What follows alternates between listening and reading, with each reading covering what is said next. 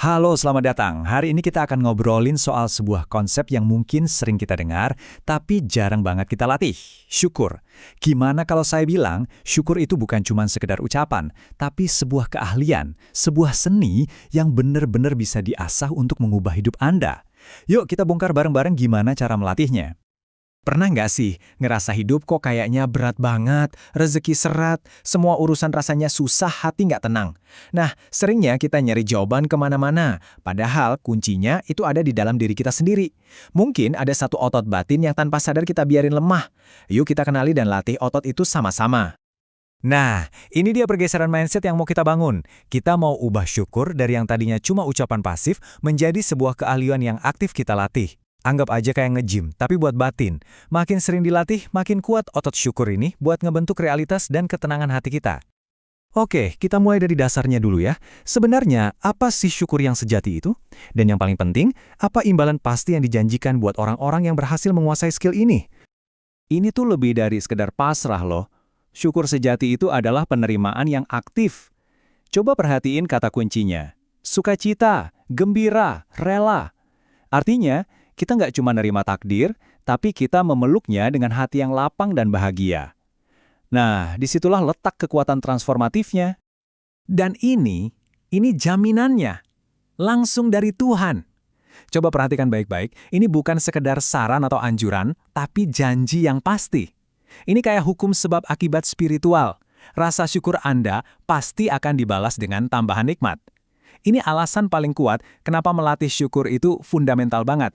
Jadi, imbalannya apa aja secara spesifik? Pertama, syukur itu bekerja kayak magnet, narik lebih banyak kebaikan ke hidup kita. Kedua, ia ngasih ketenangan batin yang benar-benar dalam. Ketiga, syukur jadi semacam perisai yang ngelindungin kita dari kesulitan. Dan keempat, ia jadi bibit yang menumbuhkan kualitas hidup kita secara keseluruhan jadi jauh lebih baik. Oke, kalau imbalannya segede itu, pertanyaannya, kenapa ya rasanya susah banget buat bersyukur? Nah, di bagian kedua ini kita akan coba jujur sama diri sendiri. Kita lihat apa aja sih penghambatnya dan kenapa otot syukur kita ini seringkali susah banget buat berkembang. Ini nih pertanyaan intinya kan, pas lagi diuji, pas rencana berantakan, gimana caranya kita bisa bersyukur? Rasanya tuh hampir mustahil. Yuk kita bedah, apa sih yang sebenarnya terjadi di pikiran kita pada saat-saat seperti itu? Nah, ini dia 4 medan perang utama di dalam pikiran kita. Pertama, kita cenderung fokus ke hal-hal yang negatif, yang kurang. Solusinya, sadar, alihkan fokus ke apa yang kita punya sekarang. Kedua, kita suka nyalahin keadaan, atau seuzon. Lawannya, latih husnuzon. Coba cari sisi baik di setiap situasi. Ketiga, kita sering lupa sama gambaran besarnya, ya kan? Makanya, kita harus kuatkan keyakinan kalau rencana Tuhan itu selalu yang terbaik. Dan yang paling dasar, kita sering lupa sama Tuhan. Kuncinya yang satu, perbanyak mengingatnya. Tiap penghambat ini ada penawarnya.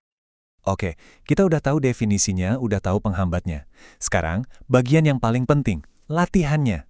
Anggap aja ini kayak workout plan harian buat batin Anda. Latihan-latihan simpel ini, kalau dilakuin secara konsisten, dijamin bakal ngebangun kekuatan otot syukur Anda secara signifikan. Ini dia program latihan 5 langkahnya. Mulai dari yang kecil-kecil, terus bikin jurnal syukur, belajar membingkai ulang kejadian buruk, mengalihkan fokus, sampai akhirnya bisa menguasai respons kita. Kita bakal bahas beberapa yang paling fundamental. Ingat ya, kuncinya cuma satu, konsistensi. Latihan ini mungkin yang paling powerful. Tujuannya itu bukan cuma bikin daftar ya, tapi saat Anda nulis sesuatu, coba berhenti sejenak. Rasain lagi emosi positifnya waktu momen itu terjadi. Dengan ngelakuin ini, Anda itu secara harfiah lagi melatih ulang otak Anda buat secara otomatis nyari hal-hal yang positif dalam hidup. Latihan berikutnya adalah soal membingkai ulang. Soalnya kita ini sering banget terlalu cepat ngejat sesuatu sebagai nasib buruk. Nah, ada sebuah kisah klasik tentang seorang petani yang bakal nunjukin betapa kelirunya penilaian kita itu. Jadi, ceritanya dimulai dengan sebuah musibah. Petani ini punya kuda, cuma satu-satunya, kabur. Tetangganya langsung pada datang dan bilang, "Waduh, nasibmu buruk sekali." Yah, dari sudut pandang mereka, ini jelas menjana. Tapi besoknya kejadian aneh. Kuda itu balik lagi dan nggak sendirian. Dia bawa sekawanan kuda liar. Tiba-tiba, bencana kemarin jadi berkah hari ini. Tetangganya datang lagi. Wah, kamu beruntung banget. Ceritanya belum selesai. Anak si petani patah kaki pas mau jinakin kuda baru. Kelihatannya musibah lagi kan? Tapi seminggu kemudian, tentara datang. Mau ngajak semua anak muda yang sehat buat wajib militer. Semua diangkut, kecuali anak si petani. Ternyata, musibah patah kaki itu yang justru nyelamatin nyawanya. Dan inilah inti pelajarannya. Jangan buru-buru ngasih label baik atau buruk ke sebuah kejadian. Apa yang rasanya kayak bencana hari ini bisa jadi penyelamat kita di kemudian hari.